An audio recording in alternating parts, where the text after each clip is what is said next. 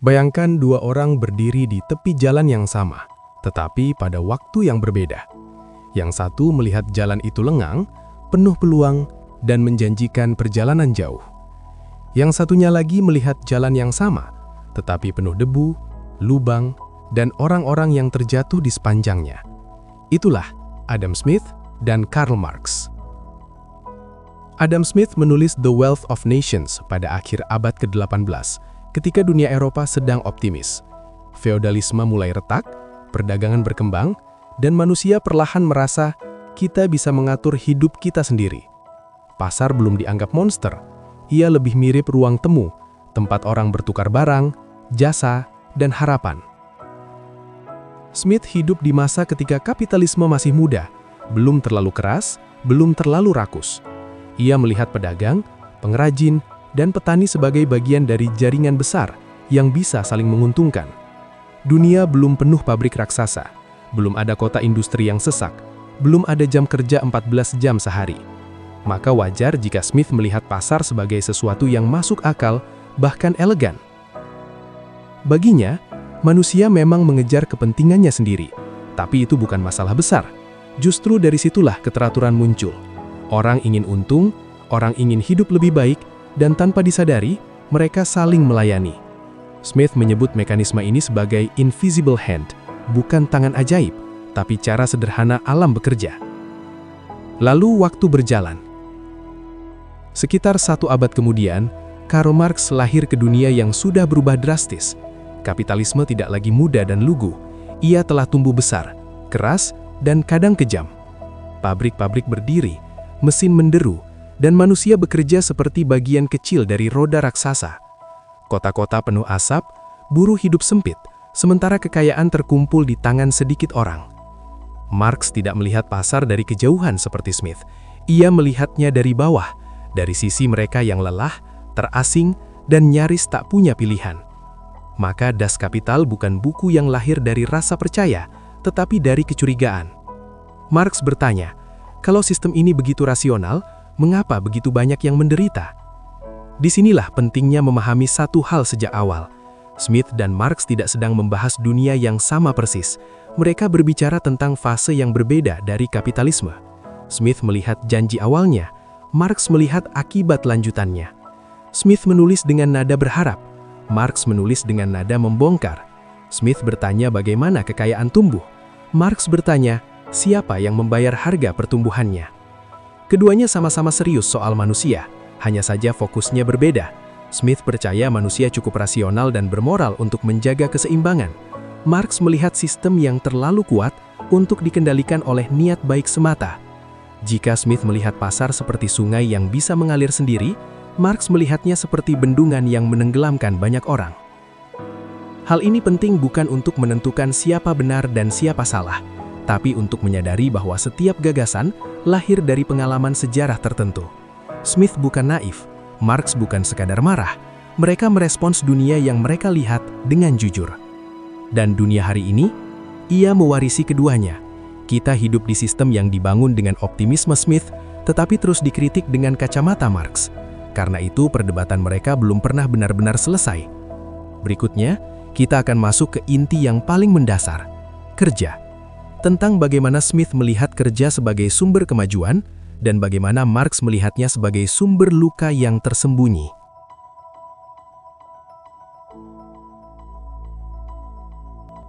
Kalau Adam Smith dan Karl Marx sepakat pada satu hal, itu adalah ini. Kekayaan tidak jatuh dari langit. Ia lahir dari kerja manusia. Namun, di titik itulah kesepakatan mereka berakhir. Bagi Adam Smith, kerja adalah sesuatu yang sangat masuk akal. Ia melihatnya sebagai aktivitas yang jika diatur dengan baik, bisa membuat semua orang hidup lebih layak. Smith terkenal dengan ceritanya tentang pabrik peniti. Bukan karena ia terobsesi pada peniti, tetapi karena contoh itu sederhana dan jujur. Satu orang yang membuat peniti dari awal sampai akhir hanya bisa menghasilkan sedikit. Tapi jika pekerjaannya dibagi, satu menarik kawat, satu memotong, satu menajamkan, hasilnya melonjak drastis. Bagi Smith, inilah keindahan pembagian kerja. Bukan sihir, bukan keajaiban, hanya logika sederhana. Fokus membuat manusia lebih efisien. Dan ketika produktivitas naik, harga bisa turun, barang menjadi lebih terjangkau, dan masyarakat secara keseluruhan diuntungkan. Kerja dalam pandangannya adalah jalan menuju kemakmuran bersama. Smith tidak memandang kerja sebagai penderitaan eksistensial. Ia realistis, kerja memang melelahkan, tetapi ia percaya bahwa hasil akhirnya sepadan. Selama orang diberi kebebasan memilih, selama pasar bekerja secara wajar, kerja akan menemukan tempatnya sendiri. Upah, keuntungan, dan harga akan menyesuaikan. Namun Karl Marx datang membawa pertanyaan yang lebih tajam. Kalau kerja memang sumber kekayaan, mengapa mereka yang paling banyak bekerja justru hidup paling pas-pasan? Marx juga memulai dari kerja, tetapi ia melihat sesuatu yang tidak terlihat oleh Smith. Menurut Marx, buruh menciptakan nilai lebih dari upah yang mereka terima. Selisih itulah yang diambil oleh pemilik modal. Marx menyebutnya nilai lebih. Disinilah kerja berubah dari sumber kemajuan menjadi sumber ketimpangan. Masalahnya bukan sekedar upah kecil, masalahnya adalah struktur. Buruh tidak memiliki alat produksi, ia hanya punya tenaga dan waktu. Dan karena harus hidup, ia terpaksa menjual keduanya. Hubungan kerja tampak seperti kesepakatan bebas, tapi sebenarnya timpang. Yang satu bisa menunggu, yang satu tidak. Marx juga melihat pembagian kerja dari sisi yang berbeda. Jika Smith melihat efisiensi, Marx melihat keterasingan. Pekerja tidak lagi melihat dirinya dalam hasil akhir. Ia hanya mengulang gerakan yang sama hari demi hari. Kerja tidak lagi menjadi ekspresi diri, melainkan rutinitas yang menguras energi tanpa memberi makna. Dalam dunia Smith, kerja membentuk karakter. Dalam dunia Marx, kerja justru mengikisnya. Bukan berarti Smith sepenuhnya salah. Ia bahkan sempat mengingatkan bahwa pembagian kerja ekstrim bisa membuat manusia tumpul. Tapi ia percaya pendidikan bisa mengatasinya. Marx menganggap solusi itu terlalu permukaan. Baginya, masalahnya bukan pada efek samping, tetapi pada cara sistem ini dibangun. Perbedaan ini membuat kita bertanya ulang tentang kerja hari ini. Apakah kerja masih jalan menuju kehidupan yang lebih baik? Ataukah ia telah berubah menjadi kewajiban yang tak pernah cukup? Smith mengajarkan kita melihat kerja sebagai potensi. Marx memaksa kita melihat kerja sebagai pertanyaan moral. Dan mungkin seperti banyak hal lain, kebenarannya ada di tengah, atau justru berpindah-pindah mengikuti zaman.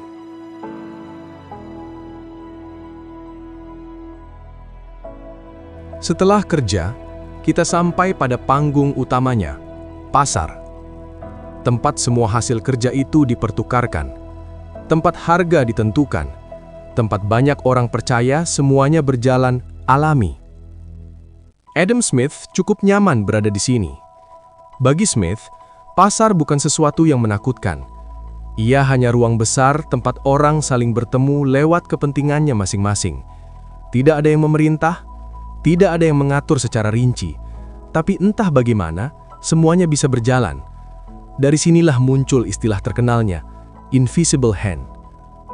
Seringkali istilah ini dipahami secara berlebihan, seolah Smith percaya pasar itu suci dan selalu benar. Padahal sebenarnya, Smith hanya mengatakan satu hal sederhana. Orang tidak perlu niat mulia untuk menciptakan hasil yang baik. Ketika seseorang ingin untung, ia harus menawarkan barang yang dibutuhkan orang lain. Tanpa sadar, ia ikut memenuhi kebutuhan publik. Dalam pandangan Smith, pasar itu seperti percakapan sunyi. Harga berbicara tentang kelangkaan, permintaan, dan peluang. Jika harga naik, orang tahu barang itu dibutuhkan. Jika harga turun, orang tahu pasokan berlebih. Semua orang menyesuaikan diri tanpa harus duduk bersama membuat rencana besar. Negara, bagi Smith, sebaiknya tidak terlalu ikut campur. Cukup menjaga aturan dasar, mencegah kecurangan, dan membiarkan pasar bekerja. Ia tidak menutup mata terhadap bahaya monopoli, tetapi ia percaya persaingan adalah obat alaminya. Karl Marx melihat semua ini dengan alis terangkat. Bagi Marx, pasar memang tampak tenang, tetapi justru karena itu berbahaya. Ia tidak menolak kenyataan bahwa pasar bekerja. Yang ia persoalkan adalah apa yang disembunyikan pasar. Marx mengatakan bahwa pasar membuat hubungan manusia tampak seperti hubungan antar barang. Kita tidak melihat orang di balik produk. Kita hanya melihat harga. Inilah yang ia sebut fetisisme komoditas. Barang seolah punya nilai sendiri, padahal nilai itu berasal dari kerja manusia. Di pasar, buruh dan pemilik modal tampak setara. Keduanya menandatangani kontrak. Keduanya bebas. Tapi Marx bertanya, bebas yang seperti apa? Buruh bebas memilih majikan, tapi tidak bebas memilih untuk tidak bekerja. Pasar menyamarkan ketimpangan ini dengan bahasa transaksi.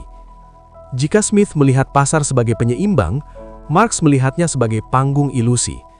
Di sana, eksploitasi tidak terlihat sebagai paksaan, melainkan sebagai kesepakatan. Ketimpangan tidak muncul sebagai kekerasan, melainkan sebagai hasil alami. Smith percaya, pasar cenderung menuju keseimbangan jika tidak diganggu. Marx justru melihat pasar bergerak menuju konsentrasi. Yang besar semakin besar, yang kecil tersingkir. Persaingan tidak menghapus ketimpangan, tapi seringkali mempercepatnya. Krisis menjadi titik paling jelas dari perbedaan ini. Bagi Smith, krisis adalah akibat kesalahan, kebijakan yang buruk, monopoli, atau campur tangan berlebihan. Bagi Marx, krisis adalah bagian dari sistem itu sendiri. Produksi berlebih, penurunan keuntungan, dan pemiskinan relatif adalah siklus yang tak terelakkan. Pasar, bagi Smith, adalah alat. Pasar, bagi Marx, adalah topeng. Namun keduanya sepakat pada satu hal penting. Pasar bukanlah ruang yang netral secara moral. Smith percaya ia perlu dijaga agar tetap adil. Marx percaya ia perlu dibongkar agar kebenaran di baliknya terlihat. Pertanyaan yang tersisa adalah pertanyaan kita hari ini. Apakah pasar membantu kita saling melayani, atau justru saling menyembunyikan kenyataan?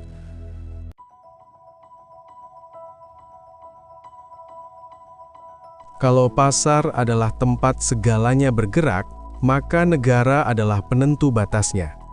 Ia menulis aturan, memutuskan siapa yang boleh dan tidak boleh, dan menentukan apa yang dianggap sah.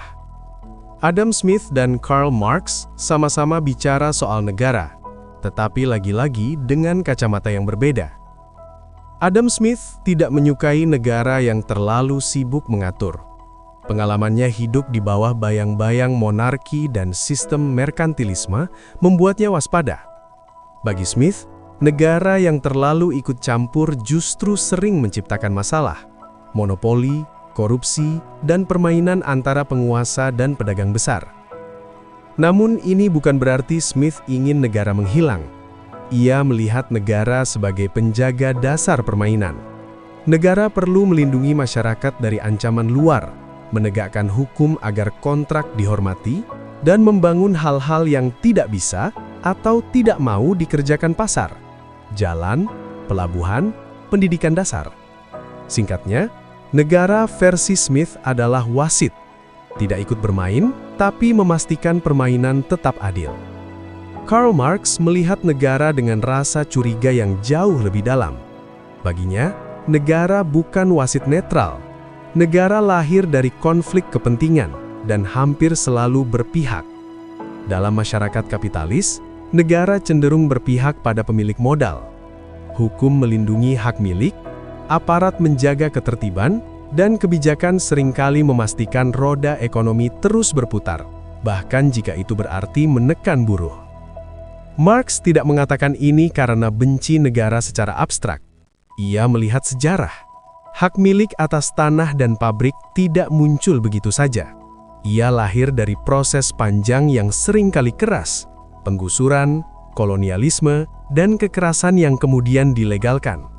Negara hadir untuk membuat hasil proses itu tampak normal dan sah. Jika Smith percaya negara bisa menjaga keseimbangan, Marx percaya negara justru menjaga ketimpangan. Bahkan ketika negara membuat aturan yang tampak melindungi buruh, Marx melihatnya sebagai cara untuk mencegah sistem runtuh. Negara meredam konflik agar kapitalisme tetap bertahan. Perbedaan ini juga terkait cara mereka melihat kelas sosial.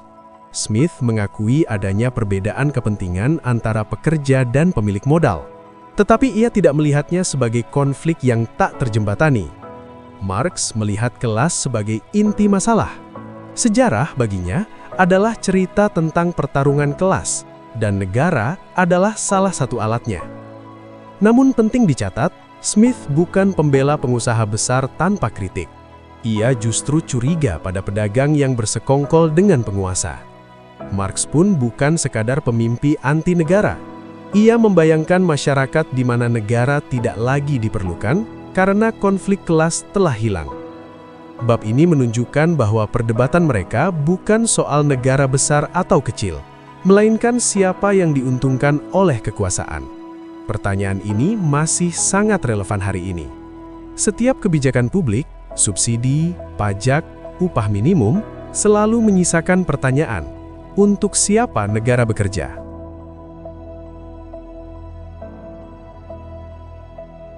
Pada akhirnya, semua perdebatan akan sampai pada satu hakim yang sama, waktu. Bukan teori, bukan niat baik, bukan juga keyakinan ideologis. Waktu akan menguji apakah sebuah sistem bisa bertahan, menyesuaikan diri, atau justru runtuh oleh bebannya sendiri. Adam Smith cukup optimis menghadapi ujian ini. Ia percaya bahwa jika pasar dibiarkan bekerja secara wajar dan negara tidak terlalu ikut campur, kapitalisme mampu belajar dari kesalahannya. Ketimpangan bisa dikoreksi, krisis bisa dilewati, dan masyarakat bisa terus bergerak maju.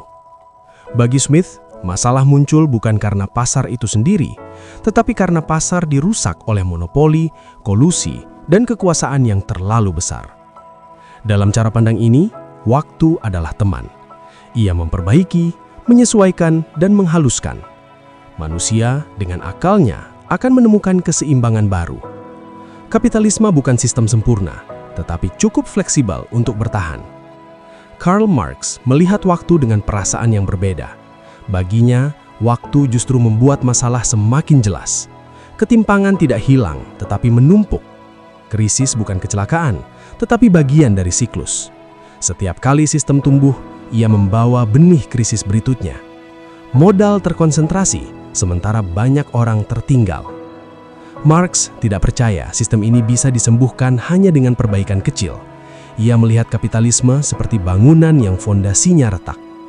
Selama relasi antara kerja dan modal tidak berubah, krisis akan terus berulang. Waktu bagi Marx bukan penyembuh, tetapi pembongkar ilusi. Namun Marx juga tidak berhenti pada pesimis. Ia berbicara tentang kemungkinan dunia yang berbeda.